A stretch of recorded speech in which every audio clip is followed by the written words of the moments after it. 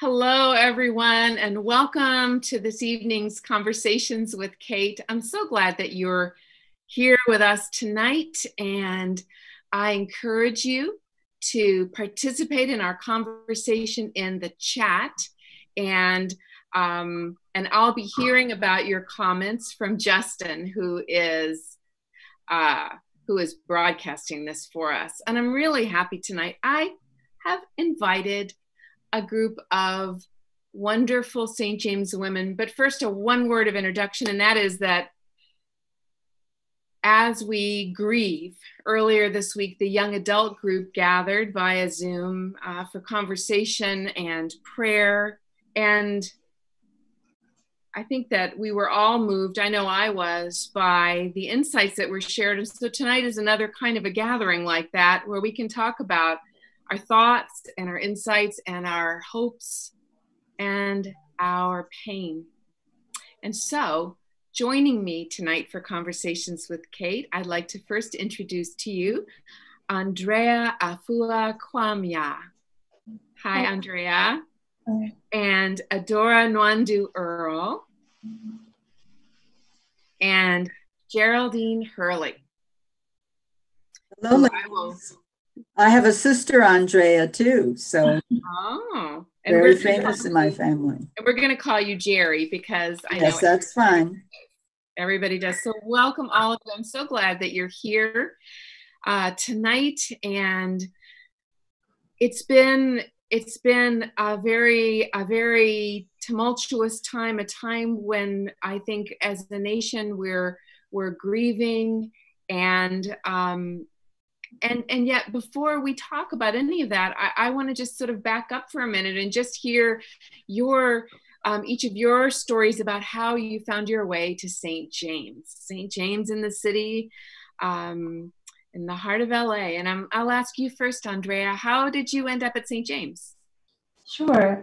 So I have been in Los Angeles now for 1 full year, and I came here knowing that I didn't have any family members, I didn't have any friends, and I've moved quite a bit in my life, and every time it is a challenge to find a new church home.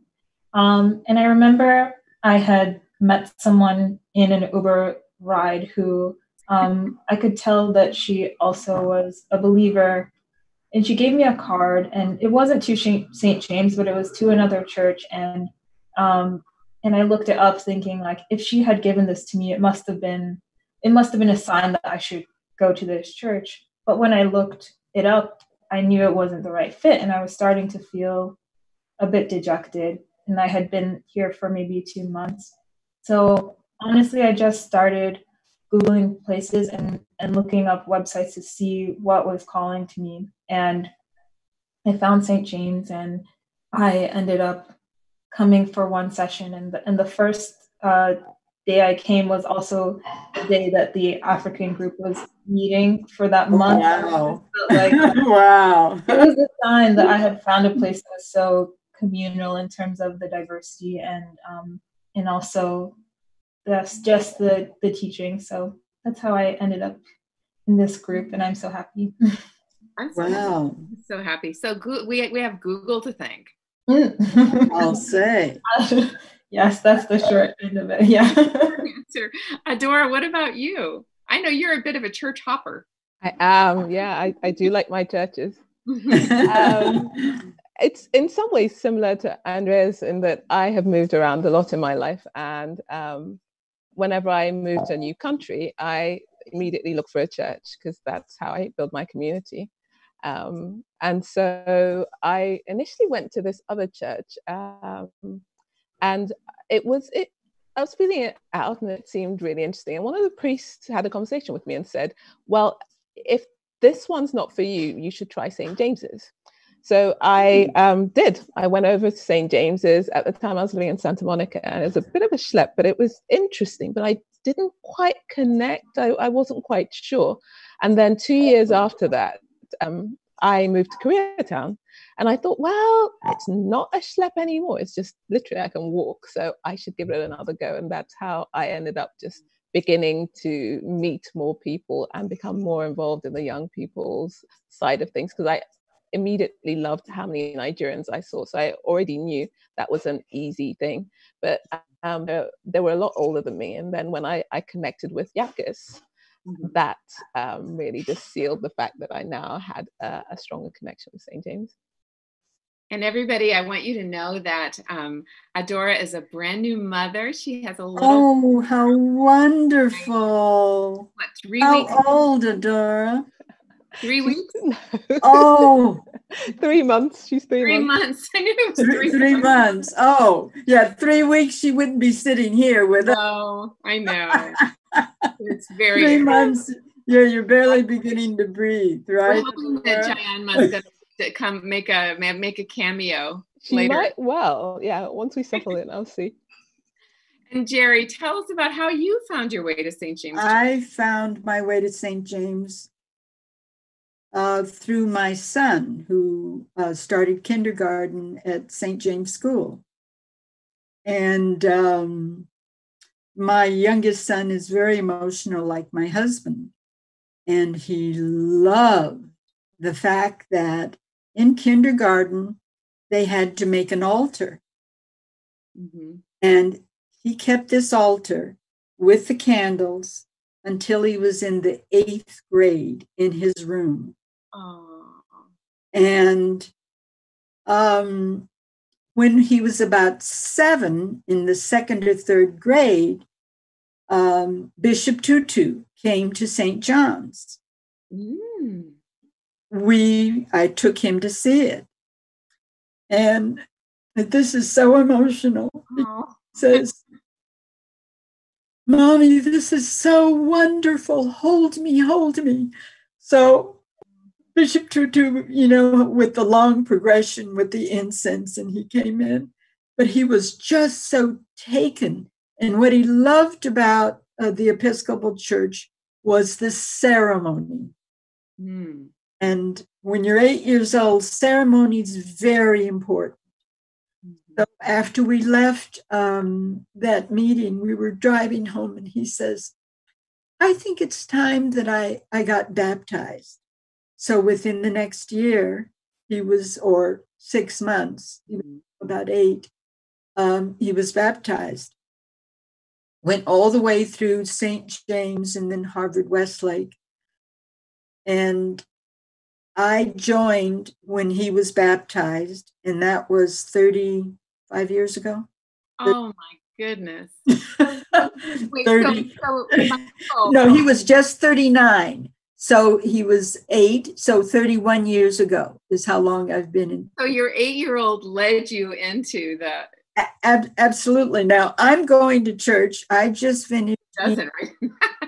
And Adora, when Reverend Kate said, "Oh, she's got a baby that's 3 weeks," I know you wouldn't be sitting there, because I have an 8-month-old grandson.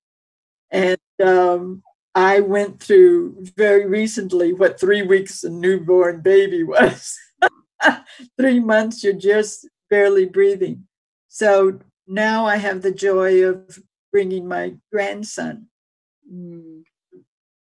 Well, thank you for that story. I love it. I think that's amazing that that your son evangelized you into the life of St. James Church. Or that's right. Maybe your son and Archbishop Tutu. It was that's right. Joint effort. The ceremony in the Episcopal Church still moves me a great deal, and I like all of that. It makes me feel full. Whether other people are in the room or not, I don't know, because I feel so full. I think we're feeling a lot of other things this week, this week and last week, since George Floyd's murder, and so much pain that is right in front of all Americans. And I'm wondering, I want to ask each of you how you are feeling, what emotions are coming up for you in this time. And Andrea, I'll go to you first. Thank you, Mother Kate. It's this whole time is a mixed bag, right?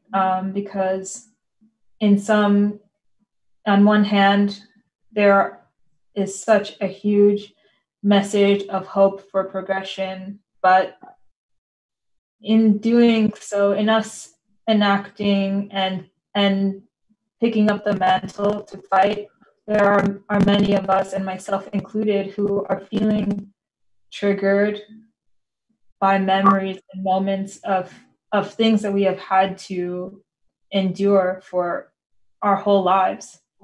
You know, I am going on to my 30th year of life, and I'm getting to this point where some of my learnings, whether difficult or whether they were pleasant, are starting to crystallize. So I feel like all of the pressures and pains of being a Black woman in America are really starting to become something that I can finally vocalize. And a lot of my friends are sort of going through what I would call a metamorphosis even before all of these protests began. And we were already struggling to figure out who we were as Black women. And now it's coming to the forefront of people realizing all the struggles that we have to go through. I think one of the things that is very difficult for me because I grew up in mostly suburban areas, and I've mostly had a lot of friends who were actually not Black, and trying to navigate those worlds, and also realize that I wasn't going to have all of the same liberties as everybody, while also not wanting to complain or seem like the person who is a downer, puts you in such a difficult situation, because even now, as people are reaching out to see how you are, it's still that same sort of that tone where you don't know if someone is reaching out to you because they want a verbal pass, that an acknowledgement for us to say, oh, thank you for reaching out, and then you never hear from them again. I think in terms of Christ and how I've been communicating with God, I was recently reading Habakkuk, and how the message was so parallel in the fact that this is a fight that we might not see the outcome maybe in this year or the next year, but if we keep striving for what we know is right and what we believe in, that hopefully and eventually, if we maintain faith, that we'll see that. And I think we have to put that same energy into our own hearts and our own intentions in order to not lose faith, because it's very easy to lose energy and to just feel drained as we think about these things that we can't verbalize what the future will look like. Thank you so much for that, and I want to ask the same question of you, Adora. And just before I do, I just want to I want to try to hold on to what you're talking about. That idea about gaining language to talk about the pain. Some people out there is new. Maybe for you, Andrea, this is something. Oh no, we missed the visit by the. Oh wait, no, Adora, you have to bring him. I'm going to have to pause because there's a crazy alert here. Everybody, let us say hello. Oh, you have to introduce us. I know. Say something, Adora, so you're the main person on the screen. Well, this is my little daughter, Jayanma.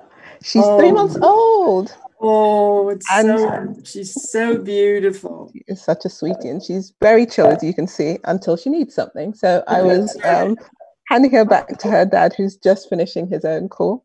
And then we can tell us go about back the team that you have there at home.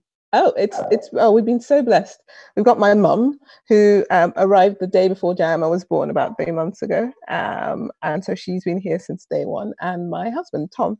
So the three of us look after her in shifts, which has made adore super her. straightforward. Yes. Honestly, it's just we all get to enjoy her, and we all get to sleep in theory.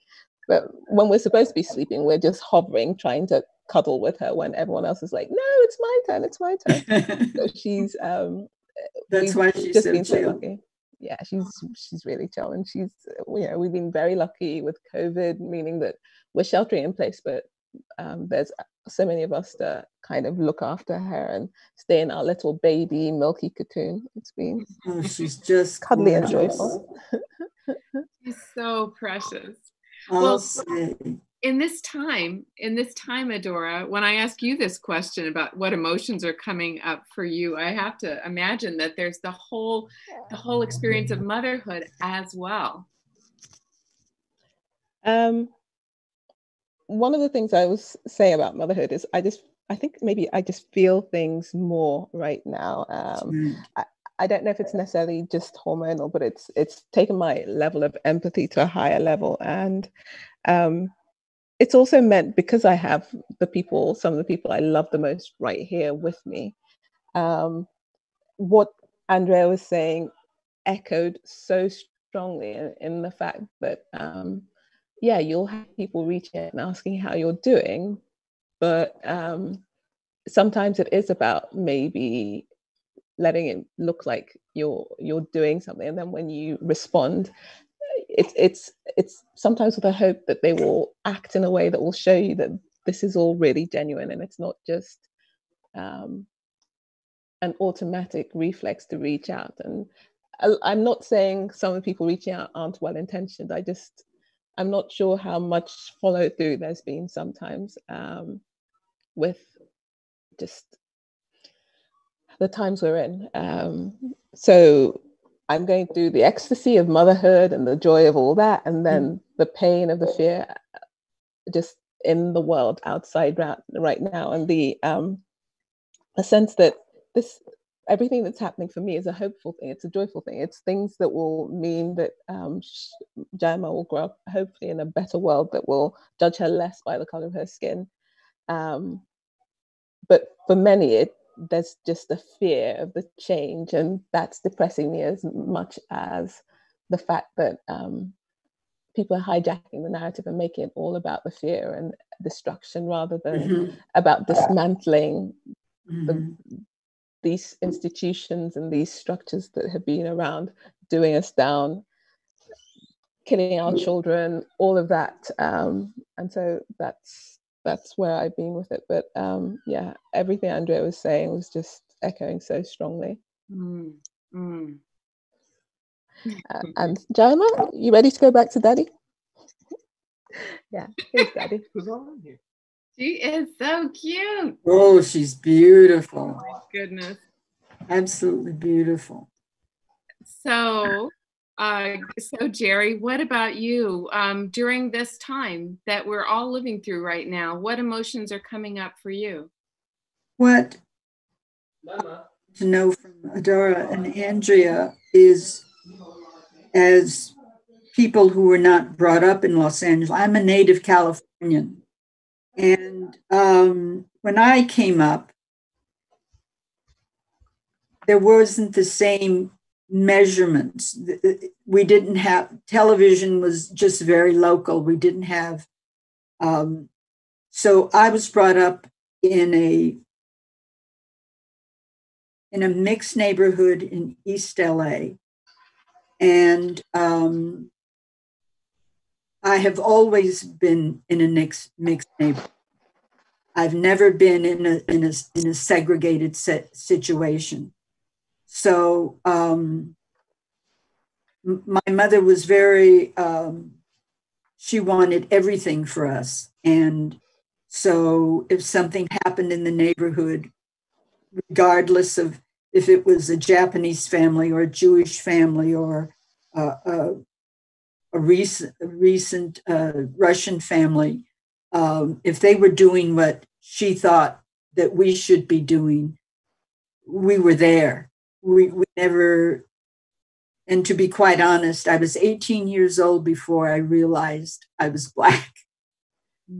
And I was off to college I didn't realize my brother came home, and he was a year ahead of me in college. And he came home and he says, "Jerry, we're poor." And I said, "What?" "What?" He says, "Yeah, we're poor and we're Black." And I said, "What?"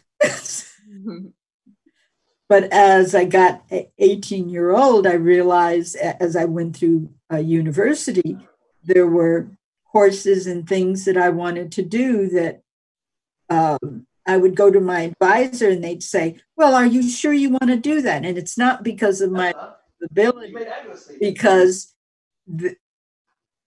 they'd never had a Black person apply to the Russian studies program. And what do you mean you want to go to the University of Leningrad? I'd never had anybody say that to me before. And here I was in college. And so, of course, I went home and my mother said, "It has nothing to do with them. It has to do with us. And you will do what you want to do." So, my mother was always, "It doesn't matter what they're doing over there. This is what you're going to do." So I ended up going to graduate school at the University of Leningrad. I was a Russian history major. Wow. I didn't know that. I passed an exam to do graduate studies in Russian. And so I spent a year there in 1968, when it was still very much a closed country. So then I came back here. So my life, and then again, I didn't understand racism until I was a docent at the LA County Museum for about 11 years. And I was in the top 5 candidates for older members to possibly become the president of the Docent Council. And I had people say to me, "Oh, well, you can't do that." What? And I was doing adult tours, and this little cabal of women were also people who were going to give me not permission, pass the course. I had to pass this particular adult course, and they kept failing me. And I couldn't believe it. And it unnerved me so that I ended up going to a psychologist. And he says to me, "Jerry, don't you know what they're doing to you? That's racist." And I had internalized it within a very short period of time, because I didn't know they were failing me. I could have stood on my head and spoke Russian, and they wouldn't have cared. They weren't going to let me go any further. And so I ended up leaving the Docent Council. And one of the people on the Docent Council says, "We really need you on Planned Parenthood Los Angeles." I ended up doing that for another 15 years. So God has always provided a way for me to continue going. I want to interject here and just say it sounds like some of these moments in your life when you encountered active racism for the first time are very much with you right now during this time. I almost wonder if they're sort of getting them. Andrea used the word triggered, maybe triggered, and I as you think about that, I'm gonna head back over to you, Andrea, and just to ask you, can you say any particular challenges that you're experiencing right now in this moment? Yeah, I mean, I think even listening to Jerry's account of her past, I really relate to a lot of that where, you know, majority of us are just trying to find success in life, follow the rules. We're not assuming that people are not accepting us. We're not going into situations assuming that people are trying to put up blockades because they don't see us as valuable. And even right before getting on this call, I got a message from a random number. And I don't usually delete numbers unless it's like bad energy for me. And it turns out it was someone who caused me a lot of pain in my college years. It was my former track and field coach who was a white woman.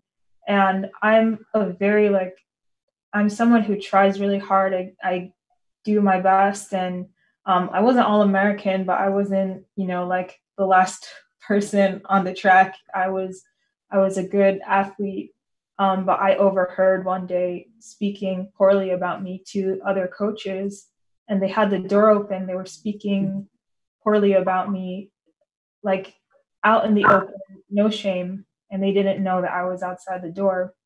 Oh. So for the first time in my life, I've been a runner for 14 years. This was 9 years ago, but I quit the team. I didn't go to the meet the next day, and I wrote a letter expressing that I had overheard them. And so for me to get a message from her 9 years later, and it said, "Thinking of you," Yes. I was literally shocked because, and as someone who, I'm never the type of person to lash out to someone, I'm confused about even how to react to that because it's bringing painful memories. And the part of me that I'm an introvert, I spend a lot of time alone already. So, and I don't live with any women of color. So I realize I also don't know how to release right now. And so I think these are all things that a lot of people are going through where they don't necessarily want to turn down welcome invitations of care.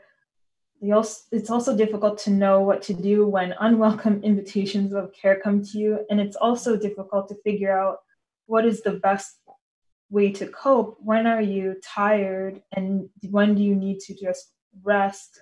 And what's the best way to recharge? So I think it's all a learning process. And those are some of the things that I'm even dealing with right now. Wow, thank you. You know, my next question is going to be how you take care of yourself in this time. But so thank you for that preview. Of course. I want to ask you, Adora, about this question about challenge. You know, what particular challenges do you feel like are you facing particular challenges right now that you? I'm kind of having conversations that I guess I've been putting off for years with well-meaning friends who I know it's not that they're, you know, again, they're well-intentioned and they're very nice people, very generous of heart. But when it comes to matters to do with race, they don't necessarily have the full awareness of the consequences of their actions, some of their words. And they'd be the first to, you know, open up their hearts to things. And finding myself in a position where it's kind of just best that I finally say something. And so I've been having a lot of those conversations in the last week. I've had a situation with a friend where we meet up as a group of 4 of us every week, 2 white, 1 mixed race, and me who's African. And we've just known each other in LA for years. And since COVID, we've just been making a point of gathering so that, you know, we're not isolated and we're getting a chance to talk with girlfriends. And so this last week, we're going to do that as usual. And one of them was the mixed race one. It was just too much for her. The week's been hard. So she just said she's just going to bow out and stay by herself today and just kind of gather herself. And I totally understood that. And then everyone else was saying, oh, what do you want to do? And I said, I'd love to see them, you know, socially distant way and just have some friendly faces after the week we've had. And one of them sent a message saying, just know that I'm here for you whenever you need me. Let's just reach out. So I said, okay, great. I'm happy. I'll be seeing you in a moment. See you soon. And then she sent a message, said, actually, I'm going to go to the Black Lives protest and I'll raise a fist up in your honor. And I thought, okay, so it's very much, I reach out and it's more, let me go do this visible thing rather than actually catering to the Black life that's in your life, and helping that person get through what they were going through. The other person that absolutely was there was like, come, let's meet. Shall I come to you? And I had a lovely afternoon with her, and we just it just helped work my way through that. But it was just a clear contrast of almost like a microcosm of what it sometimes is like. People are very happy to go to a protest, and then the next day they'll post images of destruction of the protest or a fire at the protest, as opposed to posting great images of people who are being very making the speeches that were rousing you and making you feel as if your heart was on fire with the justice of the system. Yeah, all these things happen, but why not post the images and talk about the message as opposed to, can everyone be more peaceful? Can these protests be more peaceful? I don't know why this can't be done peacefully. So it's just having these little conversations with people about their response to this. How, yes, they're saying Black Lives Matter on one hand, but it's not enough to just say that. It's you sometimes need to do the work to understand your white privilege and understand how you share that message with the world, instead of just being as reactive as you are in your daily life. This is something that's deeper and needs more nuance and needs more kind of thinking through than just, I'm human, I'm just going to give you a human response. It's sometimes bigger than that. So talking about that with people I love dearly, who haven't really necessarily had these conversations, has been so it sounds like a particular challenge for you, and maybe a challenge that you're describing yourself rising to is saying instead of letting moments pass or whatever. Absolutely, That's and one other thing that you said reminded me, and I don't know if it was you, Andrea, who was saying this earlier. Somebody was saying to me about how any conversation about the meaning of the protest gets hijacked by conversations about destruction. So then it's so then people don't focus on the most important story. The life, yeah. In the past, with being so much older, I've been through the Watts riots in the 60s, 92, and this here. And as I said, I was very much interested in how people who didn't grow up here in Los Angeles, how they feel about coming into this environment. I felt one of the things that I felt very sure about 18 months ago, I was in my EFM class and I said, you know what? I think at last we're going to be able to talk about race in this country. And here it is. Who would have thought COVID would have brought this about? But I also told my family, when Trump found out that it was Black people and Latino people who were dying, that's when he got on his horse to open up the country. Let them die. And that's what's fueling this riot, or these people saying that many people don't understand that underlying, but they all got the message. He doesn't care if we die. So why can't I talk about it now? Because you think I'm dead anyway. So, well, open up my mouth and speak. But is that why after all the murders, it was George Floyd's murder that was the turning point? That was that coalesced all of those feelings that we had. Well, he doesn't care if we die. And then we watched this man die in front of us begging for his mother. And we all said, wait a minute here. If we're all going to be killed, why can't we talk about it now? Why can't we get in the streets? Why can't? Because, and what's incredible, in the 60s, it was Black people rioting, and all they could talk about was the destruction. Well, but that was only in Watts. 92, it spread further in the city. Well, wait a minute. Oh yeah, but it's the minorities and the Black people. Well, this time they can't say that. It's a wider coalition and of people who are finally saying, and luckily, they're all Andrea's age, that's really seeing the world differently. Doesn't understand, but also can speak up, can have a voice about what speaking about race is. They can tell about all the uncomfortable times that we've let it go in the past. And if they're going to kill us in the streets, we can say it now. And that's how I feel. I knew it was coming. I just didn't think it was going to come this fast. And that's why it's God moving us in this direction. And we have to be strong enough. And I think for Black people, it's not about being strong. It's just staying the course. We just got to stay the course. And Adora's got a mixed child, and my mixed child is almost 40 years old, Adora.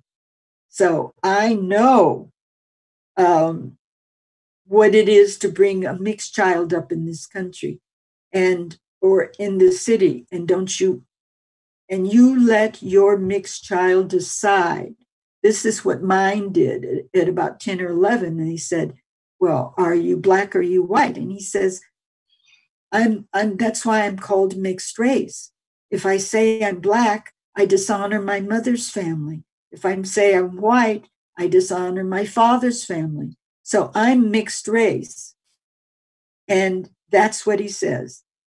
And take it or leave it. I'm mixed race. And they started putting it on college forms and everything. So it's a whole section of people, of mixed race people. And if you have children that are mixed race, that's who they are. And they can move between Black and white, where I had trouble recognizing my own Blackness. My own son has brought me to who I am, the real me. And that's what your baby's going to give for you, because they're just going to see the world differently and not carry the same weight. And when I hear people with mixed children say, well, they don't know who they are, then they don't feel good about themselves. Then they're carrying that weight and they haven't given it up.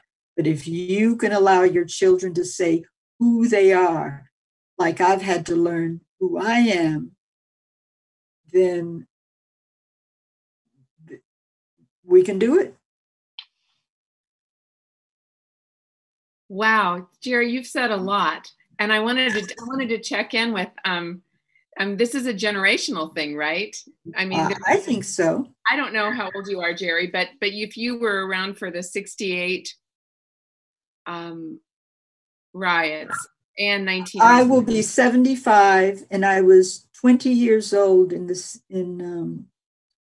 working at Disneyland, and I had to go through Disneyland with people saying, well, how are you going to get home? They didn't know where Watts was, and they thought it was at the freeway.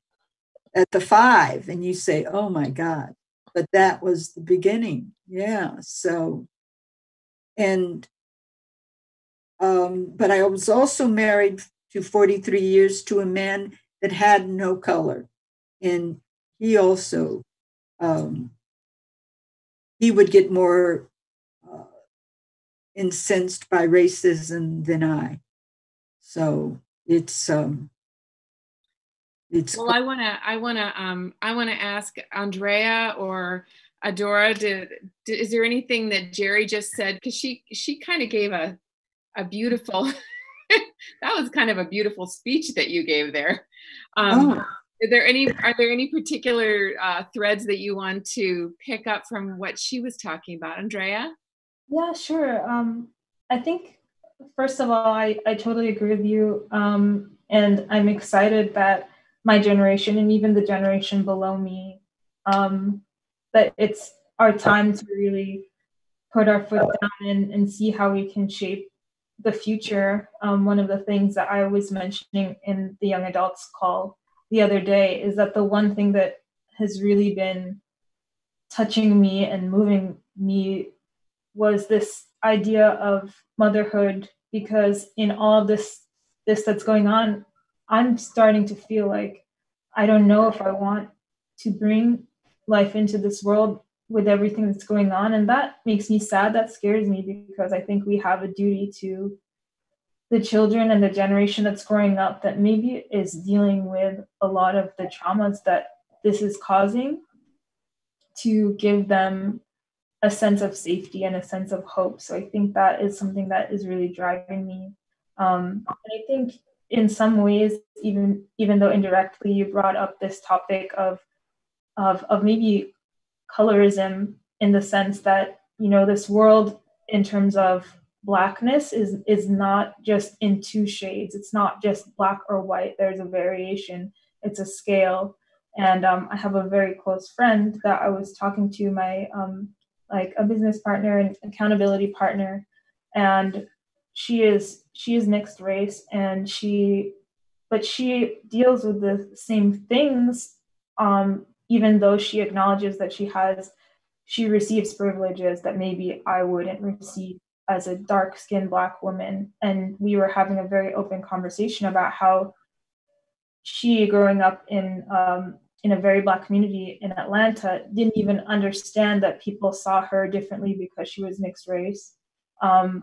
Whereas now it's even important within the Black community for us to talk about the differences and how we're treating each other.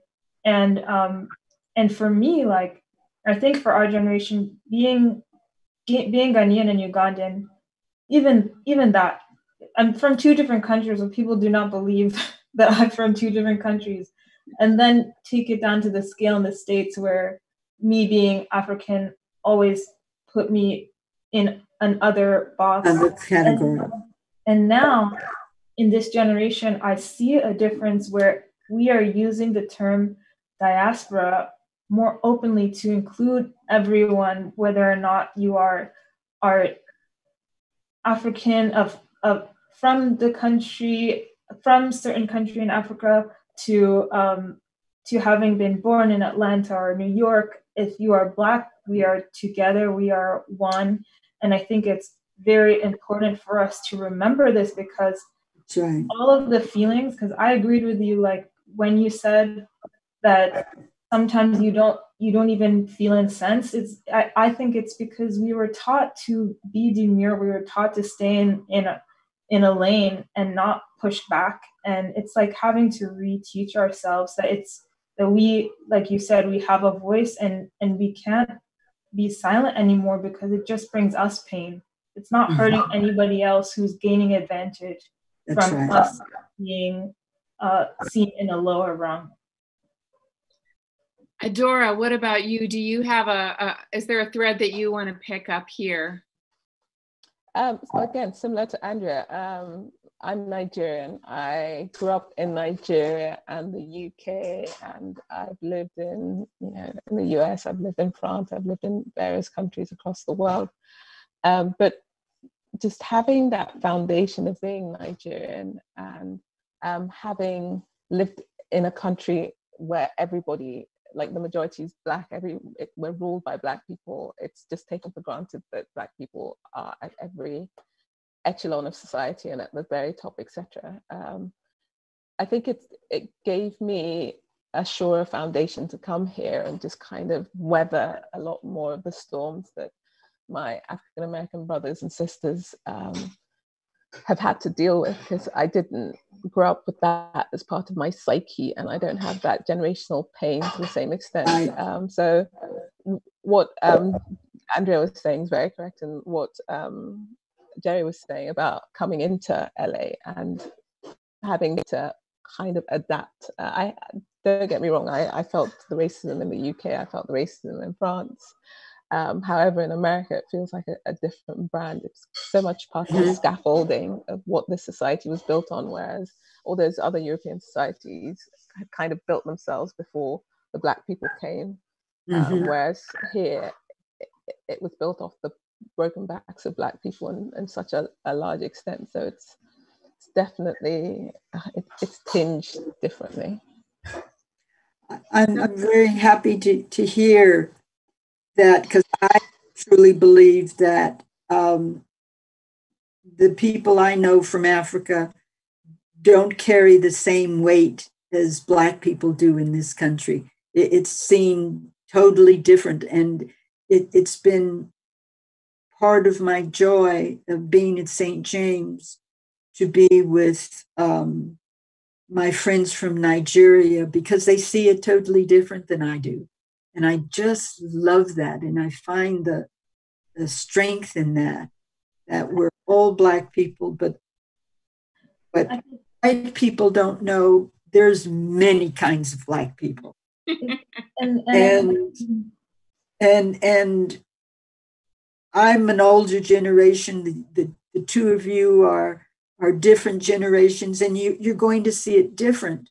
Yeah, and I think that it's true that historically and in terms of our history, there is a difference, but we were still slaves taken from our country. So it is closer to home than people would realize. The slave trade came from Ghana and Nigeria. Like it is literally our history. And being first generation, it is living in those two worlds where it is from the history of your country, and you grow up thinking that you're other, but you are seen just like everybody else, which is why it's so important for us to all remember that the term Black has been regained, because we are all, as people see us, we are all Black, devoid of the shade, devoid of where you are on that spectrum. Wow, that's such it's so profound how you're explaining this to us about the different worlds, coming from Nigeria or coming from Ghana. I just want to take a step back, and speaking of Nigeria, Comfort wrote in the chat, Adora has such a beautiful baby. I mean, there's a lot of chat about Jayan Maso, but I just wanted, Comfort is one of our matriarchs, and so that's right. I just wanted to make sure that I got that in. All of this, I love very, very, very, very painful and challenging, and right now the triggering of it all, and this question of how you're taking care of yourself in this time, because you said, Andrea, it hurts you. It's not hurting. The treatment isn't hurting other people. It's hurting you. And so how do you protect yourself and still stay awake and alive? It's funny because yesterday I was hosting a mental wellness discussion, like an open group, and I find myself when I go into those spaces, like sort of facilitating and challenging people to find alternatives and to look at things in an optimistic way. And when I got off the call, I was like, shoot, I haven't taken a day to myself in a while. Like I'm really encouraging and championing people to, find different ways to express themselves. And I've always been a very shy and quiet person, and I've been challenging myself to be vocal every day on my platforms and connect with people and let them hear my voice. And it's been great, and it's been cathartic. And the part of my body that didn't used to do that every day was like, you need to stop just for a minute and take in and process everything that's been going on. So I think sometimes for me, it's scary to stop, because then the processing part hurts too. But I know right now, whereas I would sort of chastise myself, like I need to watch some bad TV just for a night and feel okay sleeping in past 9 just for a couple days. And my birthday is next week, and I've been feeling guilty about celebrating, and my friends have been really encouraging me to just you must just take a day to celebrate myself. And that's what I would also encourage everyone else. Like if you're someone that's on the front line in the protest, if you're someone that is making phone calls or even just calling out friends in a polite way, like that all takes energy. And I think even encouraging other people, just give yourself a hug or a pat on the back for the time that you took to contribute to a movement. So I'm trying to do all those things, and also allow myself to eat some bad junk food a little bit too. This sounds That's like part of it. Andrea. Do you know what I've done is I have exercised all my life. And in February, I caught pneumonia, and I just recently found out it wasn't COVID, much to my disappointment and my doctor's disappointment, because at my age, I'm the targeted category. If you're over 70 and you've got medical issues, well, that was me. So I thought, anyway. But what I've done is I've not exercised for 4 months. How I'm helping myself. So, Andrea, I'm telling you, you go celebrate. Thank you. You don't want to exercise, and because the routine is going to come back, it's going to open up, and I'm going to go to yoga. Before February, I did yoga 3 times a week, and I played tennis 3 times a week. Wow. But I haven't done that in 4 months. Wow. And I don't care. Oh my gosh. So I'm making sure I made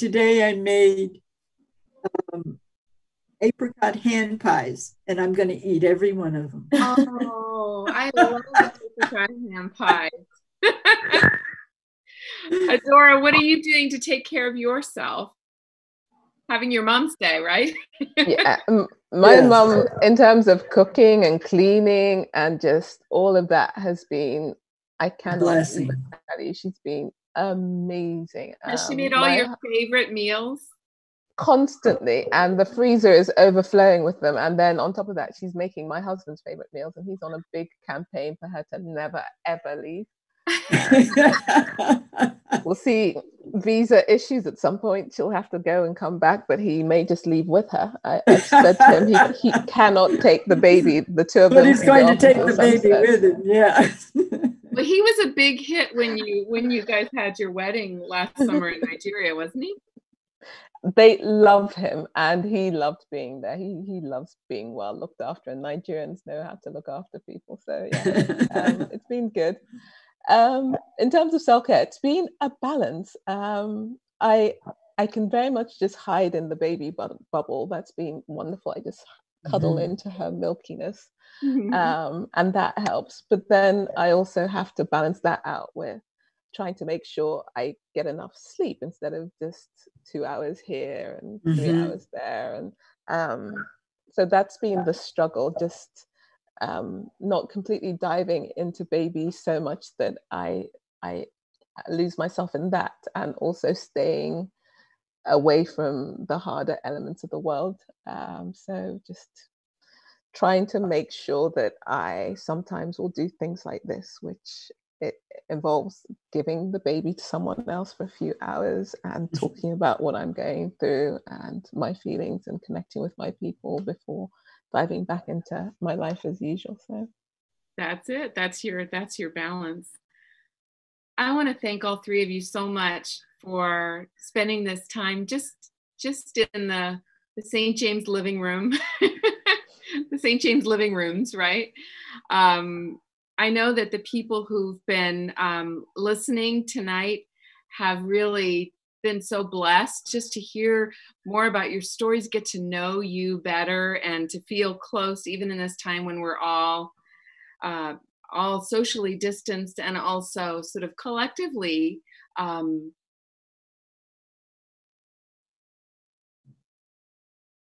heartbroken. So this is well, at least I feel I'm heartbroken over the Breonnas and the Floyd who died, but I am also very hopeful. I'm older. I've seen what this country was like, and to have people saying we have to change, and that we can talk about the many ways to be Black. We can talk about the many ways to be white, and be our full selves. And I'm so hopeful for that. And I want both of my young friends to carry that hope along with you, because I totally put all of my hopes and prayers into your generations. And Adora, you're going to have the best fun in the world bringing up this mixed child in this new world. And Andrea, you cannot be afraid to have children, because you don't know who you are until you have a child. Gets in touch with you just get in touch with yourself and your femininity. And I didn't know it was so wonderful. But I adore children. I adore my children. I've also raised my husband's 2 white boys, and we've had our mixed child. So I've been a Black mother to white boys and a Black mother to a mixed child, and they all see the world so wonderfully. So Adora, that's what you're going to have, and it's going to be wonderful. Well, that's a beautiful blessing for us as a way of ending tonight. And again, I want to thank you so much, Andrea and Jerry and Adora and Janma, for being part of this conversation tonight. Blessings, everyone. And stay safe, and we'll see you again next week. Good night. Thank you, Kate. Thank you.